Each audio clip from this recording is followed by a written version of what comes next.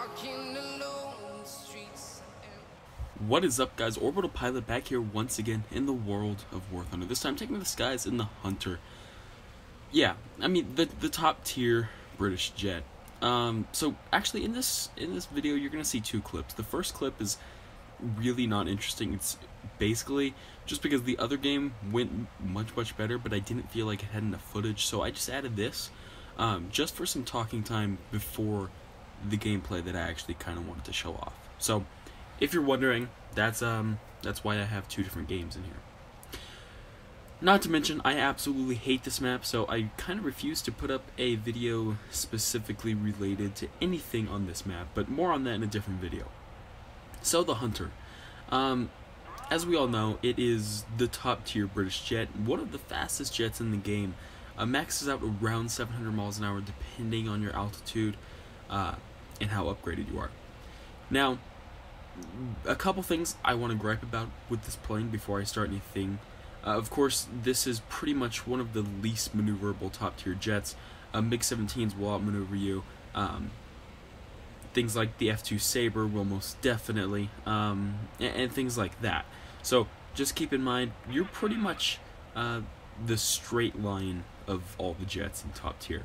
I'm not saying this thing isn't maneuverable at certain speeds, but it is not something like the F-2 or the MiG-15 BIS, so just keep that in mind. Now, going on to the guns. The guns are absolutely fantastic. Of course, with four 30mm cannons, it's going to be really hard to beat. They have a high velocity. They shoot, I mean, just the barrel velocity is amazing.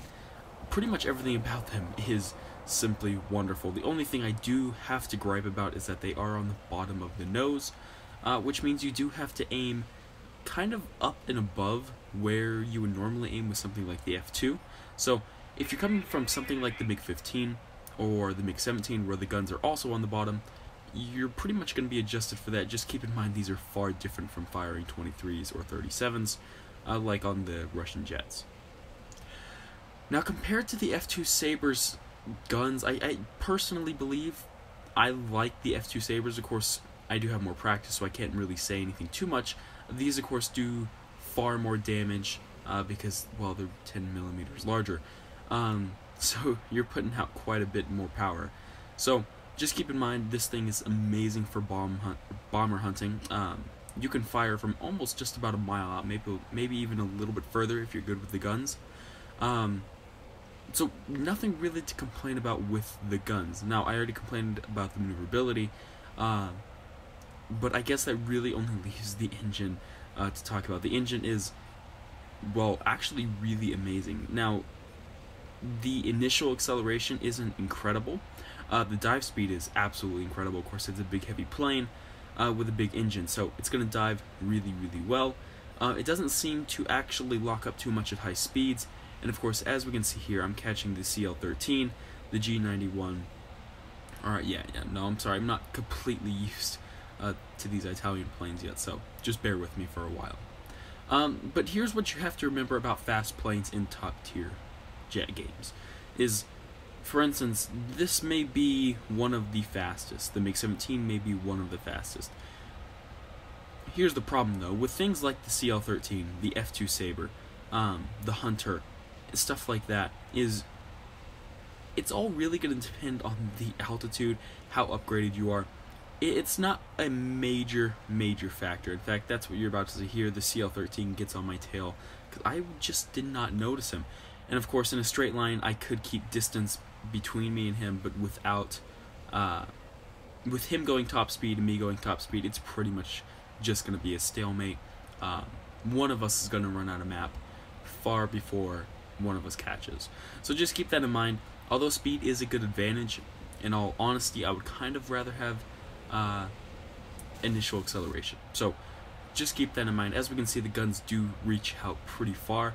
There was no way I was going to hit that CL. He's probably going an easy 680, 685. So, you know, there's just no way. Now right there, that's something that I would have been able to get had I had a little bit more practice in this plane. Please keep in mind, this is initial review, initial look at this plane, because I have not had the flight hours to talk about this plane for a full-on review that I'm, you know, I haven't had enough hours that I feel comfortable in this plane yet. So I'm not going to do a full-on review until this plane is fully upgraded.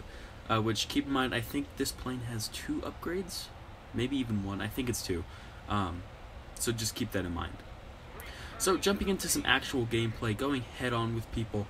Honestly, not the worst idea in this plane. With 430mm cannons, you're pretty much going to shred anything as long as you can halfway aim. MiG-15 comes in, try to put some shots out. Like I said though, the guns being on the bottom of the fuselage really kind of throws me off sometimes, because with the F2, of course, they are on the side, which you wouldn't think makes a big difference, but when you're flying at 700 miles an hour, it makes a big difference. So, you know. So instead of flipping around like I would in an F2 Sabre or a MiG-15, I just continue out energy. I do not want to waste any energy. I'm going to roll right back over and try to get that speed back, because I am not going to be able to dogfight with anything. Now, LA-15s you will easily outrun. Pull into him instead, because I was feeling a little bit bold here. Take some good shots, get a couple hits. And even with hits and stuff in this plane, he's not going to be alright. Obviously, he's still flying, but trust me, he's not 100% anymore. So as long as you can even just batter down people, you're really helping your team. Because in top-tier jet matches, even slight damages on planes are extremely annoying and make it quite a bit more difficult to fly. So just keep that in mind. Now, as you can see, I am catching the MiG-15s. Like I said, they're not going to be able to compete with top speed. MiG-17s will most definitely be able to. But MiG-15s will pretty much do everything better than you, including out-accelerate at lower speeds. Now, personally, I don't think the guns are any better, but that's personal preference. I don't like the 37. So, going back up, trying to catch the MiG-15. Now he disappears. Of course, I know he's still there. It's just I'm sorry guys, a classic game of find the dot. Now MiG-15 pulls back into me. This time I'm gonna take some shots from a little bit further away, and yeah, well, that's 430mm cannons for you. Now luckily enough, I didn't get hit. Keep in mind, when you do go head on, this plane is very, very, very long, very big. So hitting this plane is not super difficult to do. Now luckily enough for me, he was a bad shot, and I put 430mm rounds into his face. Or actually, probably more than that. I put several 30mm rounds right into his nose. There is nothing he's going to be able to do. So guys, all in all, the Hunter is a truly great wow guys, I cannot talk today. The Hunter is one of my favorite planes in the game. Obviously, I still prefer my F2 Sabre, but it's hard to say because I've had so much flight time in the F2 Sabre. It's not really fair for me to say this one or this one's better, because in the end, top tier jets, each is going to be kind of better at its own thing. Each is going to fit a different person's flight style, and personally for me, the F2 fits better than the Hunter. Although the Hunter does have these amazing cannons, and of course, it's not going to pierce a medium tank, especially without, the belts unlocked. But it is a truly great plane, one of the fastest, if not the fastest. I think the MiG-17 is really the only one. Of course, like I said, they're all really, really close to each other. But this is a truly quick plane. So guys, with that, just keep in mind, in top tier jet matches, just be careful what you do. I kind of want to do a full tutorial, but that's for another later day. Just keep in mind everything I said. If you guys have your own personal opinions, let me know in the comments down below what you think of the Hunter. What's your favorite top tier jet? I do want to know that, because everybody kind of has their own idea. So guys, until then, fly safe, and I'll see you guys next time.